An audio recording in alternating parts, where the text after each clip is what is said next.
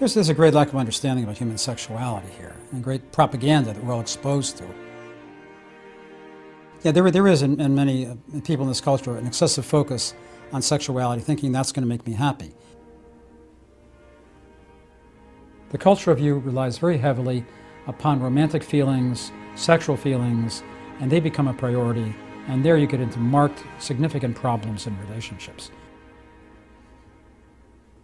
They base their happiness too much on their sexual relationship, oftentimes because they want their spouse to make up for their unhappiness. They want their spouse to build their confidence. They want their spouse and their sex to relieve all their pressures and all their anxieties. And human sexuality is wonderful, and it's very special, but it can't do those other things. And for so many people, particularly men, they expect too much from human sexuality. They expect that many men rely on it for their confidence or to relieve their stress, and it's not meant for that purpose. But romantic love is in some way fickle, because our emotions are fickle. Many people marry based on romantic love. They really don't have a deep friendship. They don't have common goals.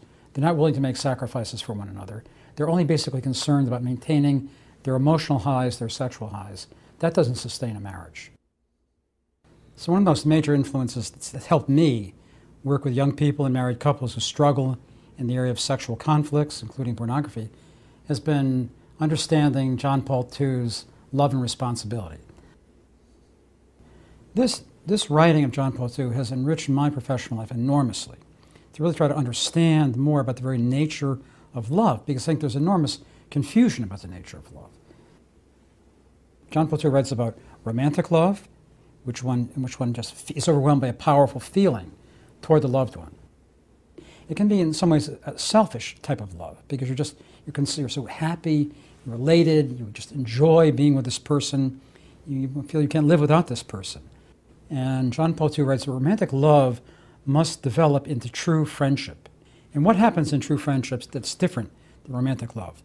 Well, in true friendship, you become more mature. You look at the other person and you move beyond your own deep feeling of pleasure and happiness you have from this other person, and you see more deeply the goodness of that person. And then there, your will, it's not just your emotions, but your will locks in to that goodness. Love is willing the best for the other, wishing the best for the other.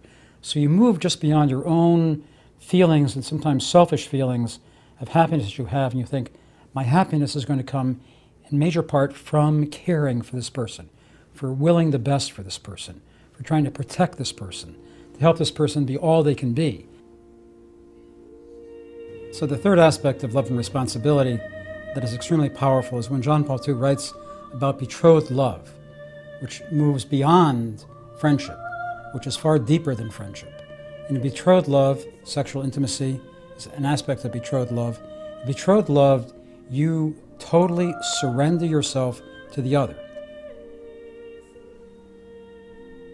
And John Paul II will write later in Theology of the Body that this total self-giving, this total surrendering of yourself to the other in the marital union, the model for that is the Trinity.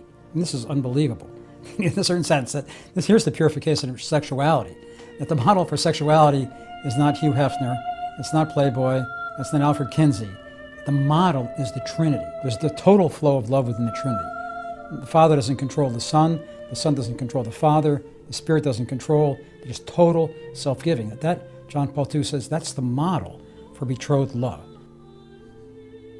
Those who understand this, when they are intimate, when they really understand the very nature of human sexuality, will relate that when they are intimate with their spouse, they have this experience, not just of the love of the spouse, but they have this experience almost of this other love far beyond, that the couple is entering in to this other, they're being pulled into this other love that is far beyond all human love, into Trinitarian love.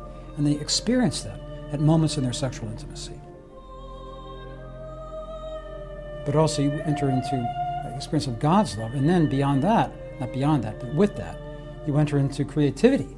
So you enter into the becoming like God and being generous and being open to life, which then enriches the whole relationship more. So that just takes human sexuality and enriches it even more. That love, by its very nature, as Thomas Aquinas writes, is diffusive. It goes out, it's generous.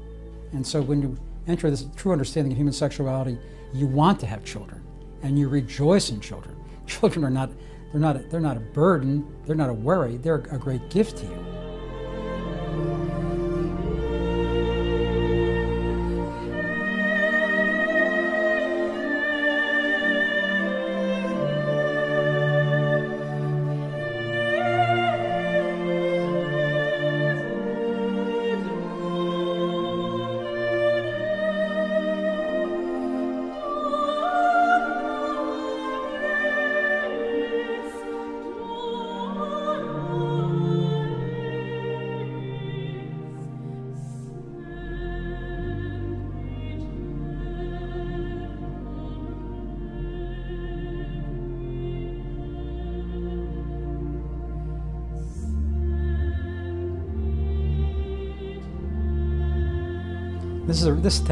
This really makes human love what it truly is, very noble and sacred and holy.